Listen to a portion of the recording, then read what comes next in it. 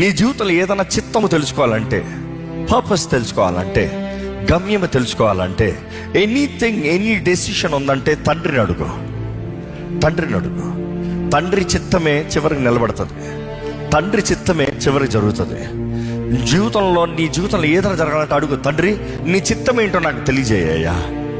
తండ్రి ప్రేమ గొప్పదండి. చాలామంది యేసయ్య ప్రేమ గురించి మాత్రం మాట్లాడతాం. But I would always say, if you have not really understood Jesus, you cannot understand God's love, father's love.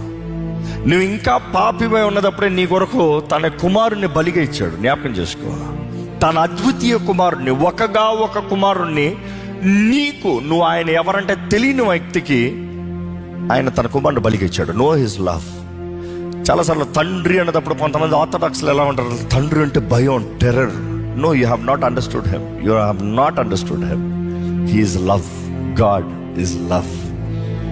దేవుడు ప్రేమై ఉన్నాడు. యేసుప్రభు అంటాడు, మీరు నన్ను చూస్తే తండ్రిని చూసినట్టు. యేసుప్రభు అంటే ప్రేమ అంటున్నావు కదా, మరి తండ్రి ఇంకా ప్రేమ.